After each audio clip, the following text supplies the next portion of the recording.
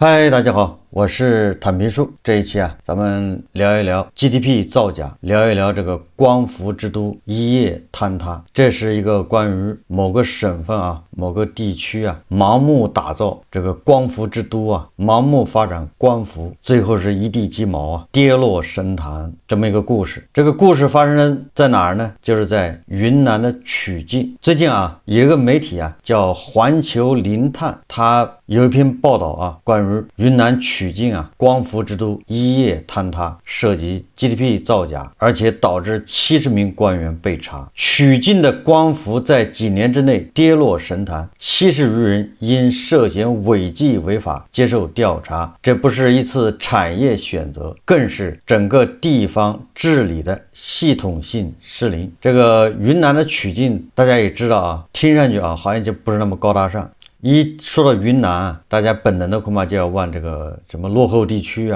偏远山区去想，顶多往旅游城市再去靠一靠，很难把它跟一个什么工业城市跟一个什么产业挂钩。但是曲靖偏偏它就有一个很厉害的产业，就是光伏。这个云南曲靖曾经以全国排名第1的经济增速登上100强城市榜单，一度被描绘为即将崛起的一线城市候选者。它的这个经济增速令人称奇哪知道原来是 GDP 造假。光鲜亮丽的经济数据背后，却隐藏着一个触目惊心的贪腐网络和光伏之都坍塌的现实。从2019年至2023年，曲靖 GDP 增速连续5年位居全国前列，将省会城市昆明远远地甩在身后。2020年，曲靖以高达 6.6% 的 GDP 增速要居全国第1，那可是口罩期间强势挤入全国100强城市名单。2022年，曲靖 GDP 增速在100强城市中仅次于福建宁德，曲靖奇迹成为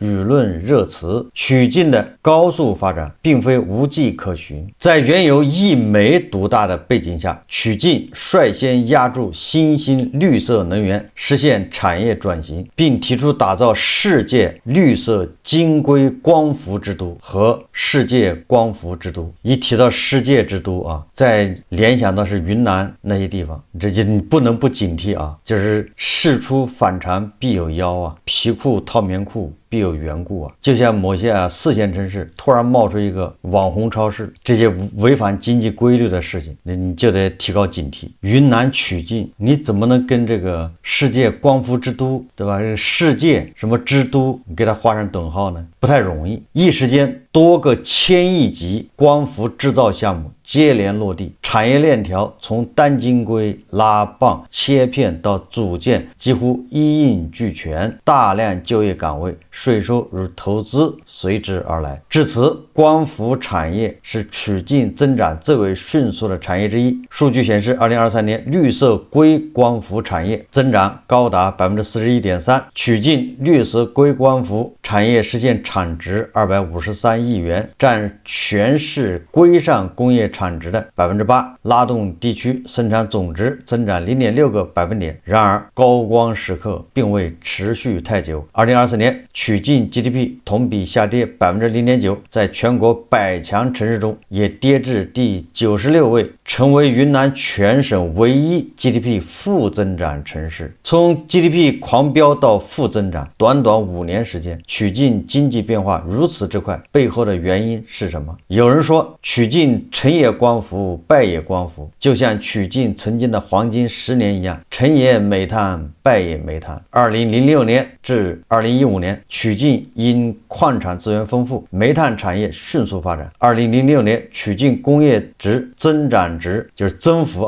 一度达到 24%。2014年，曲靖的煤炭产业出了2次重大矿难，导致曲靖工业增加值出现24年来首次负增长，增速跌至负的 2.3%。此后，曲靖全市全部煤矿停产，当年原煤产量同比腰斩1半以上。然而风暴越越刮越大。2014年到2018年，云南共关闭推出煤矿685个，保留煤矿数量较2014年减少了约60%，约占全国8%，但产量仅占全国的1%。实际上这就是煤炭的黄金10年啊！山西啊、内蒙古啊、鄂尔多斯啊，还有这个陕北玉林这些产煤的地方都差不多，也就是所谓的煤炭黄金10年结束。那如何寻找新的增长点，成为曲靖面临的主要问题。当时的曲靖面临2个矛盾，一个是传统产业主导，先进制造业发展严重滞后；二是缺乏战略性新兴产业支撑，附加值偏低。从最基础的资源禀赋来看，曲靖是煤矿资源丰富，日照时间长，又是云南省重要的水电输出地，电价相对低廉稳定。于是当地政府结合煤矿开展分布式风电光伏项目建设，计划打造风光储一体的矿区分布式新能源发电系统。后来随着国家碳达峰、碳中和战略提速，光伏被列为清洁能源核心发展方向之一，整个行业迅速扩张，在全国各地竞相布局新能源的热潮中，曲靖显然不愿再次错过风口。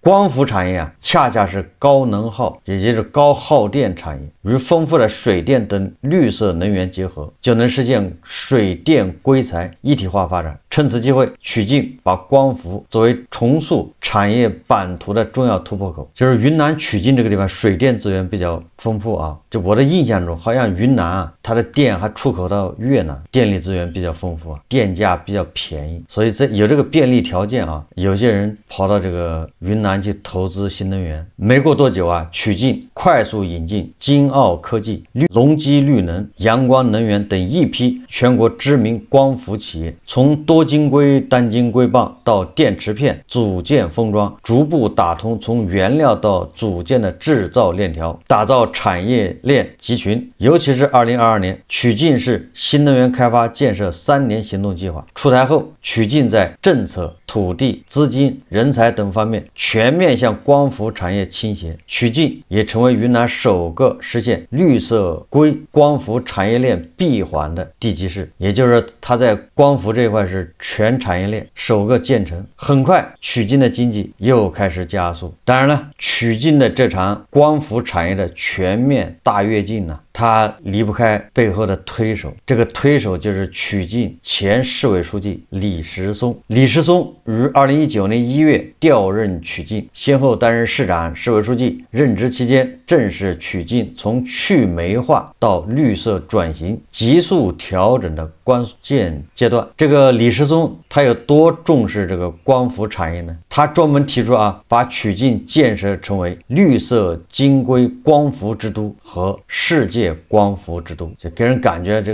那就是好大喜功为了吸引投资，在2022年上任曲靖市委书记后，快速提出构建现代产业体系3年行动计划开始飞速发展，主要打造新能源电池、绿色硅光伏、绿色铝精深加工3个1000亿级产业和其他6个100亿级产业以及2个特色产业。后来他还支持出台了不少激进政策，也就是说你要想这个叫跑步前进快速发展，你按照传统的那个步骤是不行的，对吧？4平8稳的慢慢审批，一环一环来，这个显然不行。所以为了加快发展，这个李石松开始在流程上、审批上进行改革，搞什么先建后批、先建后审。什么意思呢？你先建完了再来批都能通过你先建完了再来审，也就是他提出3年计划，现在开始马上就来建，不要项目一个个的审，那个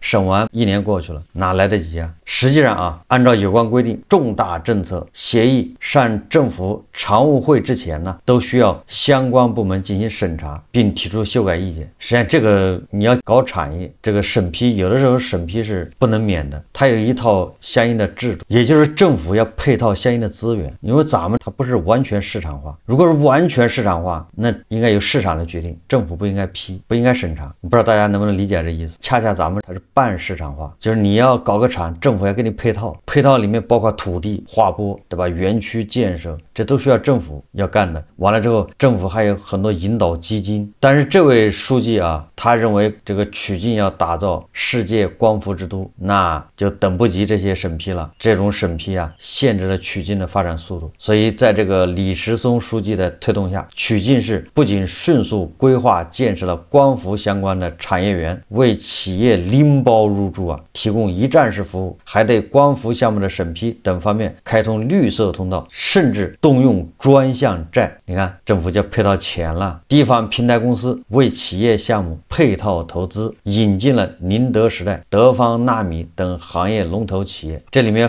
难免就有一些企业去所谓的去投资啊，他是为了套这些资金的，钻你这些政策空子。很多企业他就是钻你地方政府啊，招商引资，好大喜功。你不是给配套吗？人家要的就是你的配套，对吧？要的就是你的补贴，要的就是你的专项债。这种几近定制式招商方式，极大的提升了曲靖的项目落地效率。曲靖市2023年一份报告显示，当地已建成和在建硅棒以及切片产能占全国产能20%。在新能源电池中的磷酸盐系正极材料领域，已建成产能34.5万吨，占全国产能30%，这个量非常大呀，产能啊。然而，在这场被李石松精心包装的光伏产业背后，却隐藏着统计数据失真、产业泡沫堆积、财政资金过度透支以及系统性腐败，最终导致曲靖奇迹的崩塌。这种是人为造成的啊。首先是产业数据严重失真，与泡沫化严重。也就是书记提出3年要建世界光伏之都，那一方面他是大力招商，然后这个开绿灯，各种配套大跃进；一方面在统计数据上面还要造假的谎报，像绍伊古一样的后面加个0，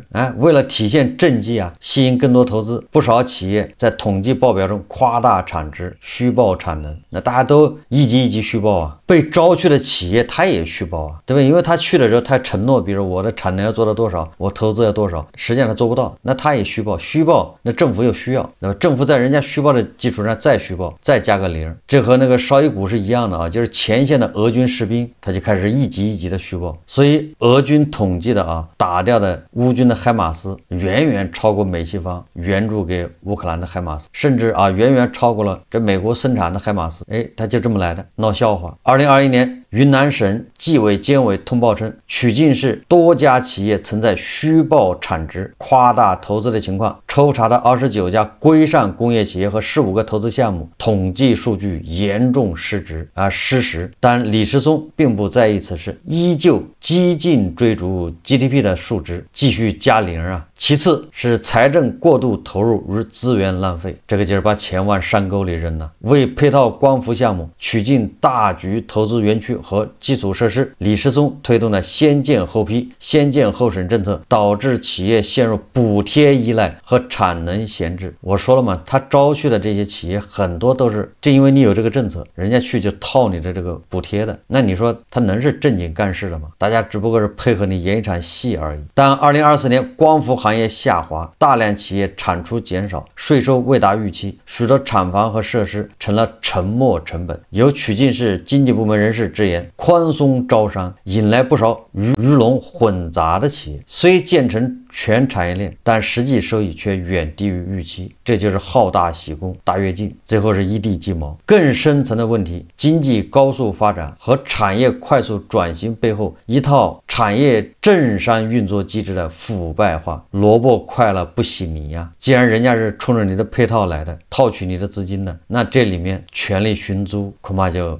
变成家常便饭。2024年12月，中纪委、国家监委通报，李石松被开除党籍和公职，将其涉嫌犯罪问题移送检察机关依法审查起诉。在曲靖任职5年，是李石松仕途最重要的站点，然而他却对统计造假视察、违规干预、插手司法活动，利用职务便利为他人在工程承揽、企业经营等方面牟利，并非法收受巨额财物等。与此同时，以李石松为首，当地有70余人因涉嫌违法违纪接受调查。查，其中包括1名市委原副书记、1名市人大常委会主任、3名市人大常委会副主任以及3名副市长。这些人不少都是李石松共事多年的下属。如今随着李石松的落马，涉案官员被查，曲靖官场逐渐回归平静，但经济运行仍未恢复元气。曲靖奇迹之后，留下的是一个满目疮痍的产业结构。这个大量的无序的投资，现在一地鸡毛，形成大量的浪费，大量的沉没成本，现在要买单。2025年1季度，曲靖经济依然延续颓势。据官方数据显示，全市 GDP 同比减少109亿元，不仅继续处于负增长区间，且跌幅显著。其中，作为曾经支柱的新兴产业绿色硅光伏同比下降高达39%。更为眨眼的是，曲靖此前被用作增长样板的统计数据，也在重新审视中被挤掉水分。在第5次全国经济普查中，曲靖下调2023年 GDP 数据，从4049亿元调至3724亿元，一夜缩水超300亿元，几乎抹去了全年的增量，证实了此前外界对政绩泡沫的质疑。曲靖这场看似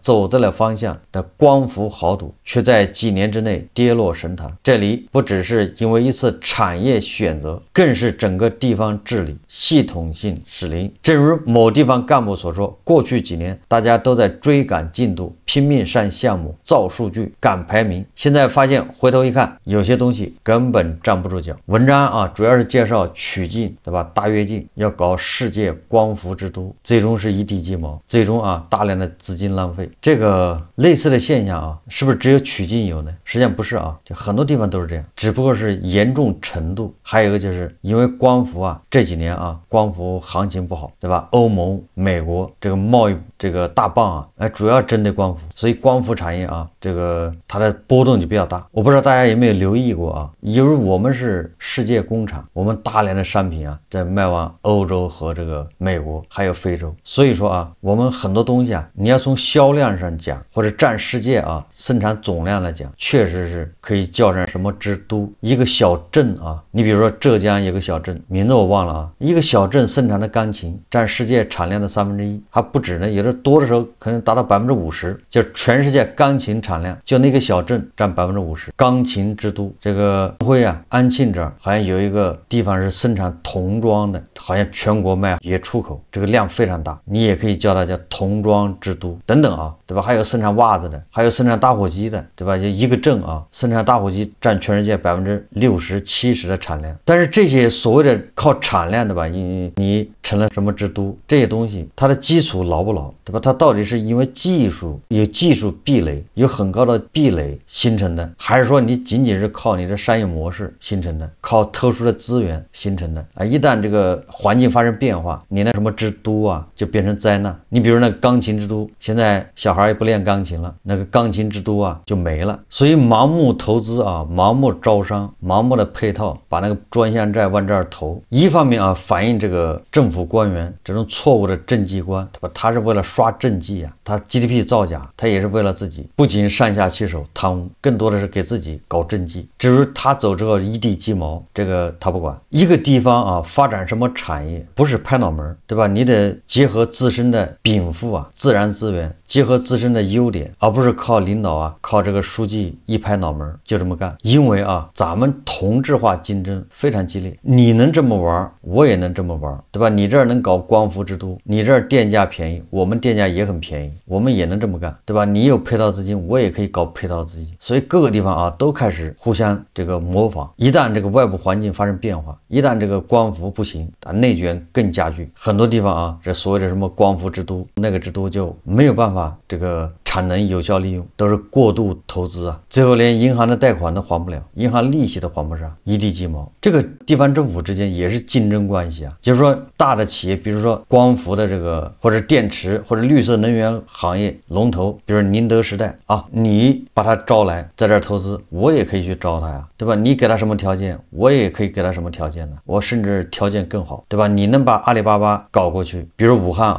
把阿里巴巴搞过去，这个什么阿里巴巴中部的总部放在武汉，那我西安也可以把阿里巴巴搞过去，对吧？阿里巴巴西北的总部搁在西安，对吧？你给他什么条件，我也给他什么条件，大家都是这么玩啊。你把华为请过去，招商招过去，我也把华为招过来。你看啊，政府和政府之间它也有竞争，所以就滋生了很多骗子企业，他就专门去套这个地方政府的这些配套资金骗补。如果这个地方政府这个一把手好大喜功，那十有八九就要上当受骗。比如说前几年这个芯片比较热，很多号称自己搞芯片的，实际上他什么技术也没有，对吧？甚至他就是不知道从哪儿搞个二手的这个光刻机，或者甚至一个光刻机的合同，他就敢说自己是搞芯片的。因为那个时候地方政府都喜欢芯片呢，高大上呢，所以他拿着这个就可以跟地方政府要地呀，对吧？先来个几百亩地，完了之后把那个地呀，对吧？然后再写申请啊，把那地的几百亩地的里面100亩把它开发成房地产、人才公寓啊、专家楼啊，对吧？我要搞芯片，我得招人才来啊，人才得给他房子啊，总之他总是有理由啊，对吧？先把房地产搞起来，把房子卖一卖，钱到手了，植入芯片呢，芯片以后再说啊，急不得啊，对吧？如果你要着急的话，那政府再给我点配套资金，对吧？我再整2台光刻机来，他都是这样玩，是不是最后都是一地鸡毛啊？为什么恒大、宝能这些房地产企业他都搞新能源汽车？不是许家印，不是姚老板他头脑发热，是他们很有战略眼光，是他们看到了很多地方政府一把手就像这个曲靖的这个书记一样，因为那个时候新能源汽车非常火，每个地方政府都想复制啊合肥这个成功经验，